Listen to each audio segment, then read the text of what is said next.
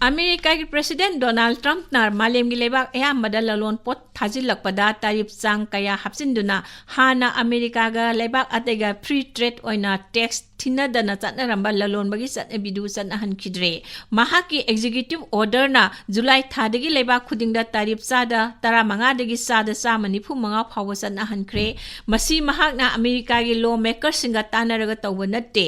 America दा emergency अमा लेरे हाइदुना मागी प्रेसिडेंट के पावर सिजिन्नदुना चटनहलकप थवोंग अमनी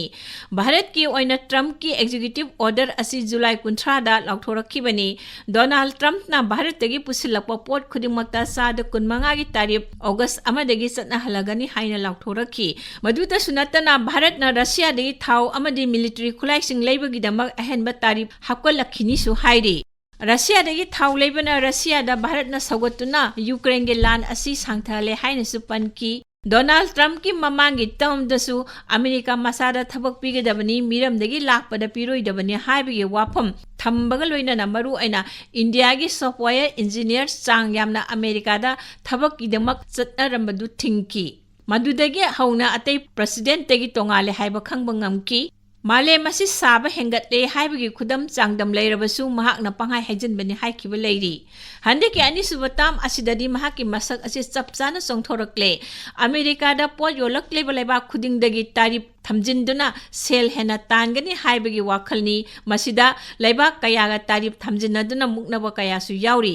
अमेरिकाना थमजिलकपा पोता लेबा अतेना मखोइदा तारिफ अमुक थमजिलकपनी मसिदा कन्ना मुकनरिबसी कनाडा चाइना ब्राजिल न चिंगबा लेबाक सिंगदनी अतैदा तौद्रगा भारत ककनना रशिया दगी सुंगदोक्त्रिबा थाव लेदुना रशिया दा सेल गी मतेंग पांगी मदुना यूक्रेन गे लान लोसिलहंद्रे हाइना मराल सिरी मदुगी दंडी ओइना हयेंग अगस्त की तांग 19 तगी अहेनबा तारिफ चाद 15 अमगा हापसिंदुना पुन्ना तारिफ चाद 50 ओहेनगदौरी हानगी तारिफ चाद 15 थमजिनख्रबा मतुंगदसु भारतना अमेरिका दा करिमता हाइद्री हयेंगदगी चाद 15 अमगा थमजिनदुना पुन्ना चाद 50 ओइगदौरी असिदसु वा अमता भारतना हाइद्री मरमदी ट्रम्प की थवोंग असी मनिंग तंबा लेबाक भारत करेमनबा उसित्तबो ओइना तौरी अदुना भारतना अमेरिका दा ललोन पोत थाबगी महुत्ता अतै लेबाक सिंगदा थानबो होटनरी रशिया चाइना जापान ब्राजिल अमदी अतै लेबाक सिंगा ललोन इटिक तौनबो होटनरी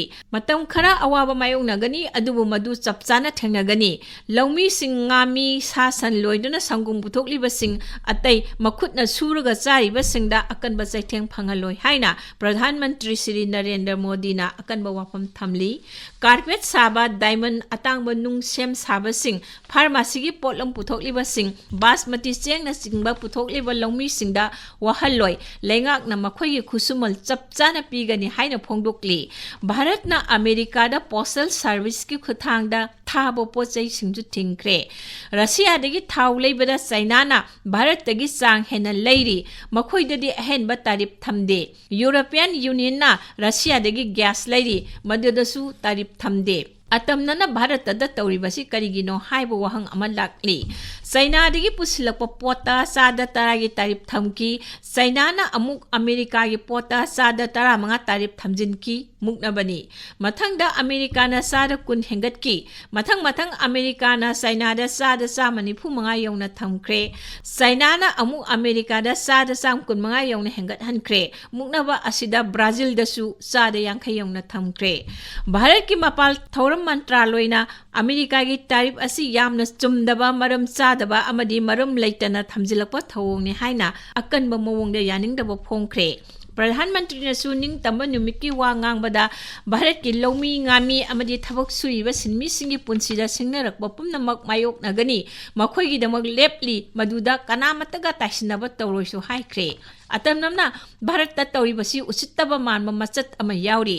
अमेरिका ना डिक्टेटर ओइना मालेम पुंबा माना तौनिंगबदा तौगनी हाइबदुदी यारोय रशिया दगी थाव लेबगिदमक भारत दंडी पीगदौरिबा महाक कनानो चाइना दा यूरोपियन यूनियन दा करिगे हाइदे भारत मलोम अमा लेबा मानुई